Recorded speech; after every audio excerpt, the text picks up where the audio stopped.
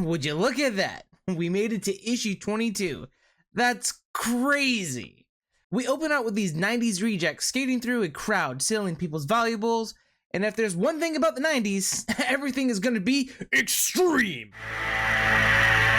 With a capital X. I'm sure this is like the X-Men's fault somehow. A hot dog vendor is so insulted by these freaks that he yells out, a direct quote, he hopes that this guy gets cancer. Don't clip that. Heavy stuff. However though, Spidey shows up to deliver some webbage to the skating gang and gives them a helpful feedback about how their costumes don't even match. So they aren't going to be like, taken seriously.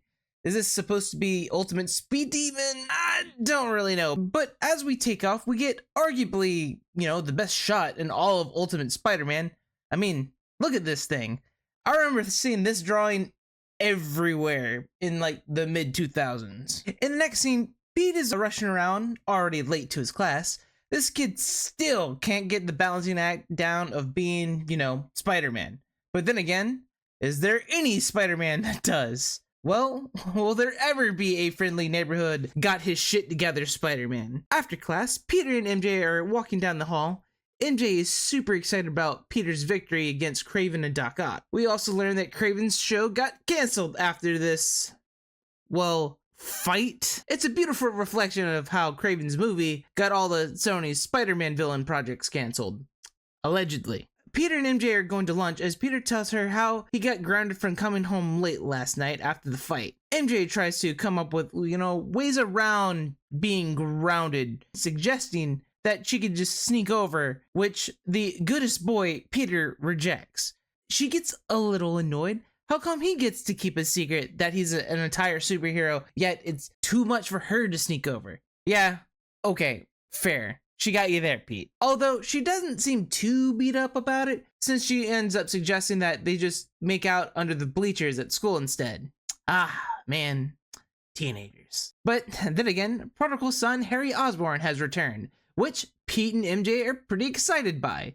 Well, I'm not, because if Harry is back, that means most likely that Norman is back too. And if Norman is back, that means Daddy Goblin probably isn't too far behind. No hating on Goblin, I like Goblin, but Spider-Man has arguably some of the best rogue galleries in comics, like outside of Batman. We are only on volume 4, so I would have been way more interested into seeing like the Lizard, the Vulture, Rhino, Mysterio, Big Wheel. But hey, maybe Bendis has like some super solid story for the return of the Green Goblin that like totally invalidates everything that I just said. Well, we'll find out soon enough, I'm sure. While I'm ranting about Harry, I want to say I think this scene could have been a bit more impactful if Harry was, in the comic a little bit longer, or did more with him in the first volume. I get that the characters like have missed him, but like I don't as a reader. So this could hit like a little bit harder, but it's a nitpick, to be honest. It still works here. Of course, Peter is confused about how Harry returned to school. Harry's explanation is, I'm just back. And then Flash just shows up.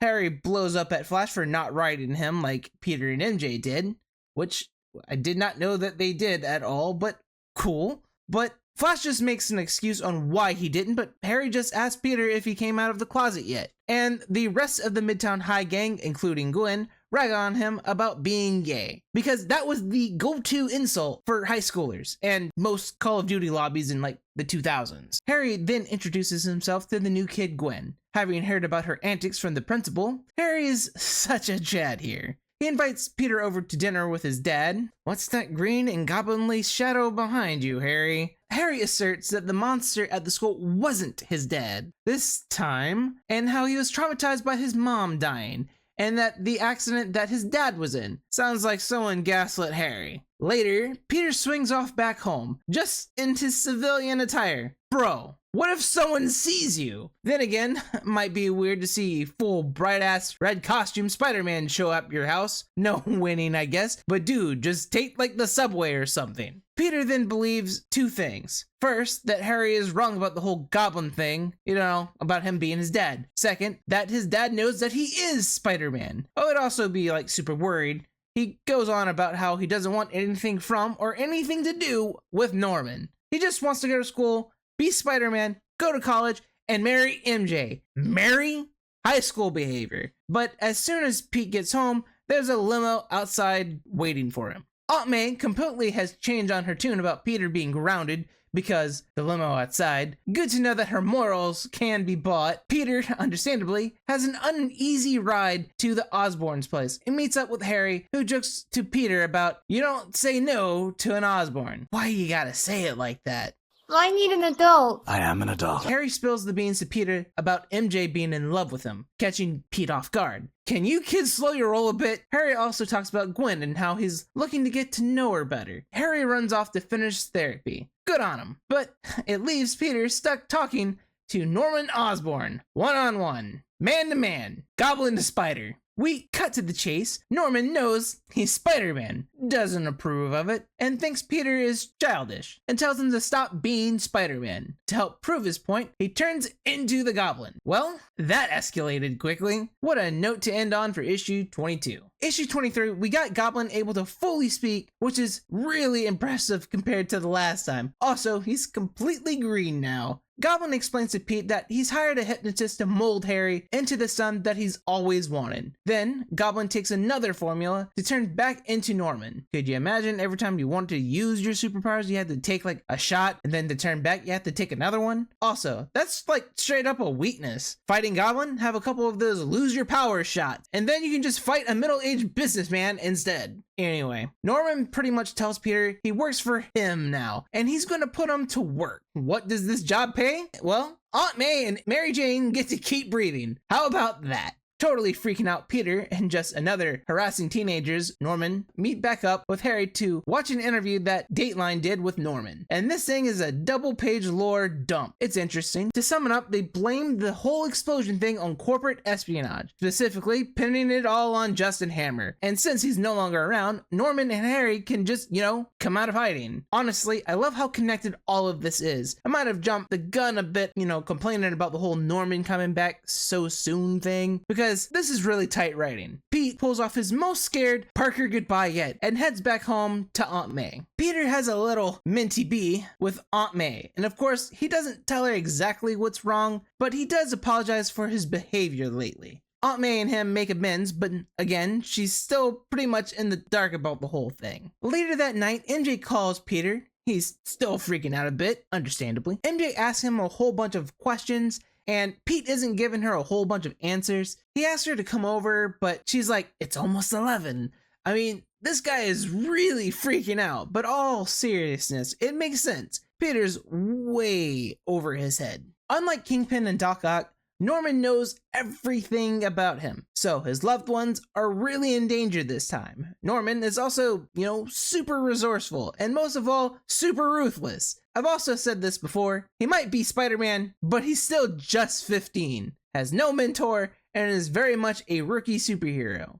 He has no one to fall back on, and, to get help, unlike Tom Holland Spider-Man. But then, as he's still on the phone with MJ, he gets a knock on his window. And who should show up but Gwen Stacy? This totally doesn't look bad on Pete and cause some shit with MJ. Well, I did say in the last volume that Gwen was going to drop a bomb on Peter's life, and well, brace for the explosion. Peter ends up hanging up on MJ. Dude, this looks so bad for you. Gwen then tells Peter that she had nowhere else to go. Peter does the sensible thing for once and tells May. This is like a series first. Peter tells her that there's a girl in the basement, and then Aunt May asks, is it a real one? Ice cold, May. You sound like Flash. Peter then explains that her mom left and that her dad is at work, and he thinks that she's gonna hurt herself.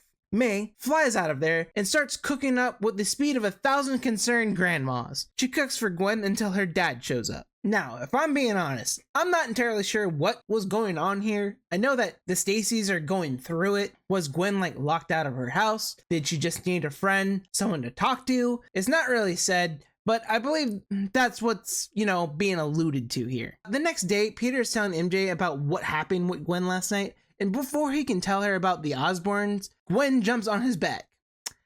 That hole that Peter dug earlier is quickly becoming a grave. Gwen thanks him for last night and tells MJ to hang on to him, Before Peter can talk to MJ yet again, he is called into a classroom. MJ says that she has something to tell him, but Pete's gotta go. This is a terrible situation. Peter is once again facing his toughest enemy, therapy. Yes, his therapist is back. She asks if Norman showed him his new abilities yet. Excuse me? She knows that he's Spider-Man. As issue 23 ends, Peter gets a sense that someone else is in the room. Issue 24 reveals the hidden person is none other than Samuel L. Jackson.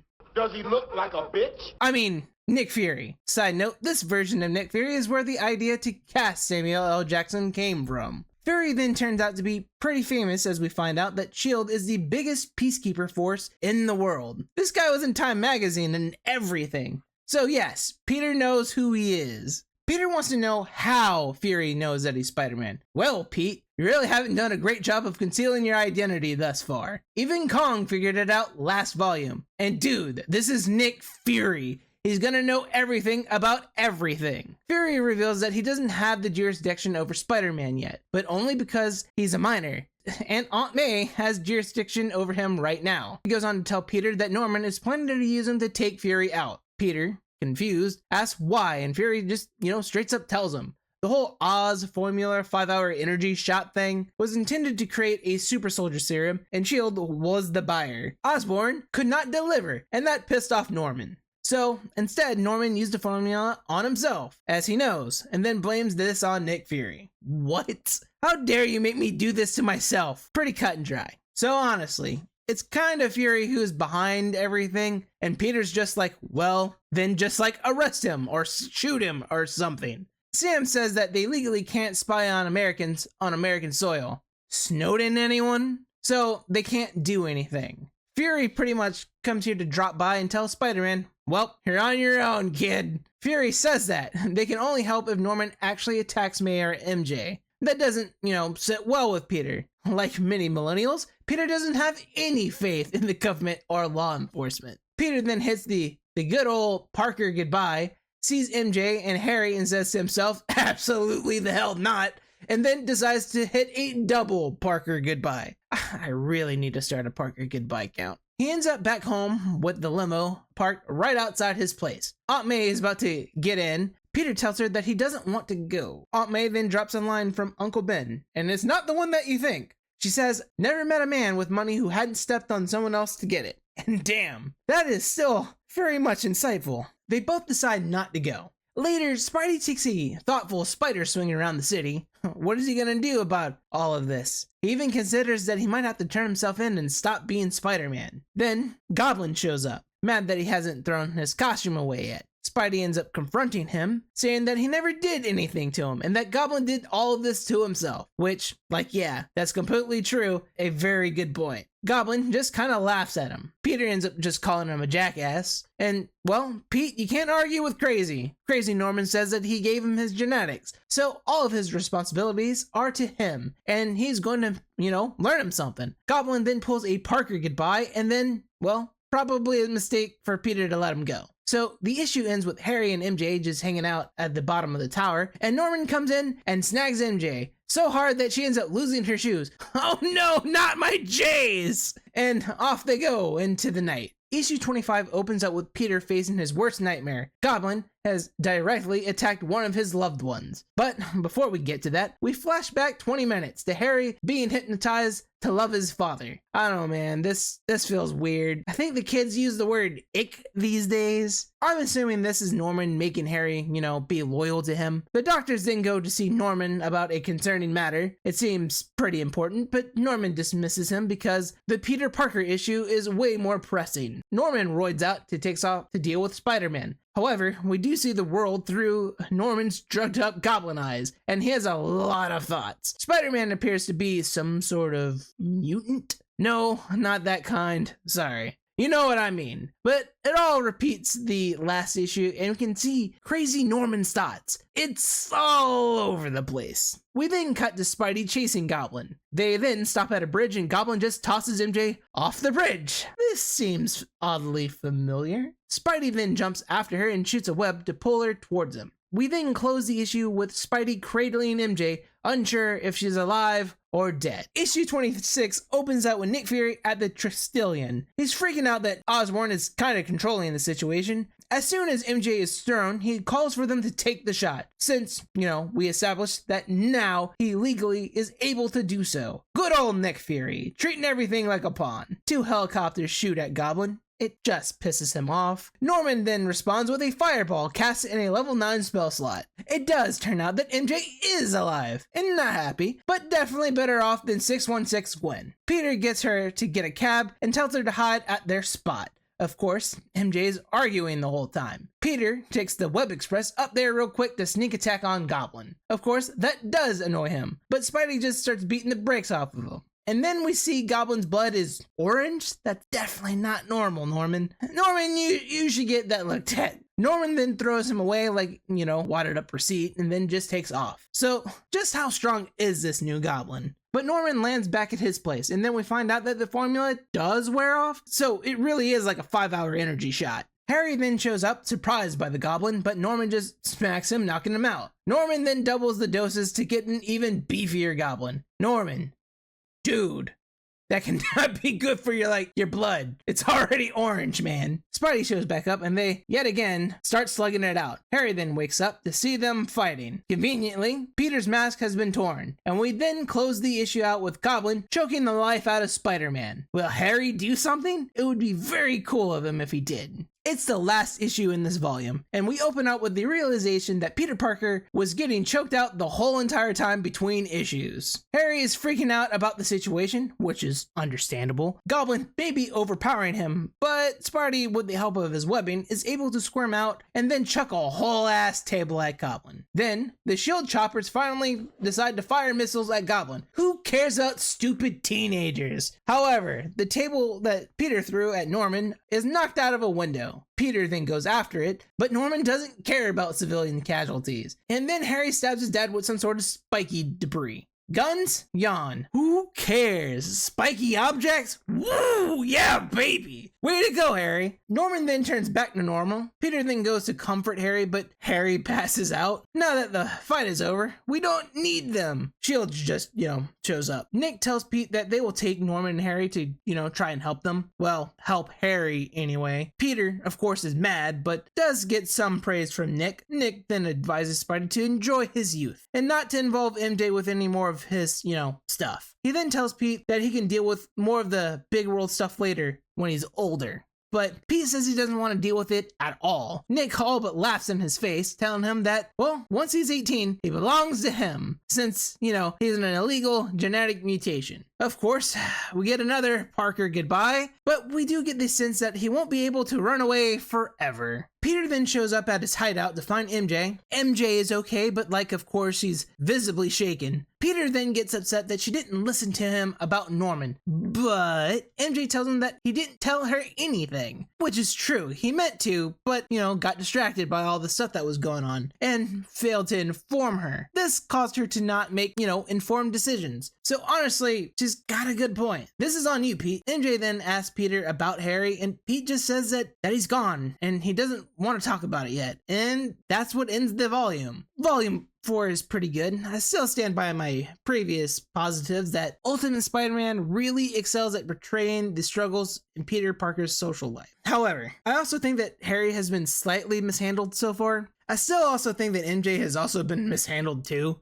For Harry, it's not even just this volume. I think if he had showed up a bit more in volume 1 and beefed up his presence in there, it would have gone a long way. Not saying that this felt weak, but I think he could have hit a lot harder. The problem is that volume 1 had to establish a lot.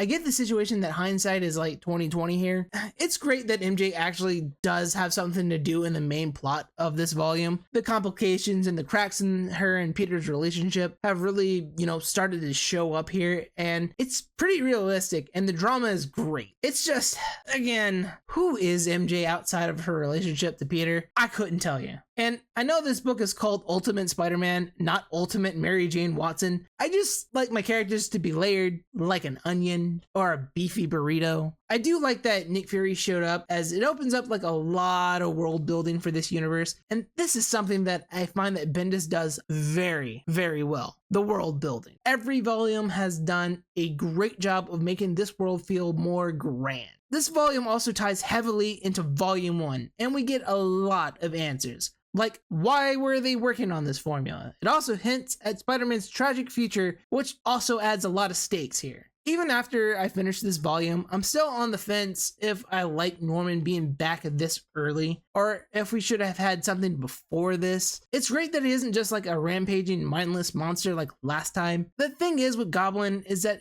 he's always going to keep coming back, so it's to be expected. Volume 4 is still good, but I really like Volume 3 a lot more.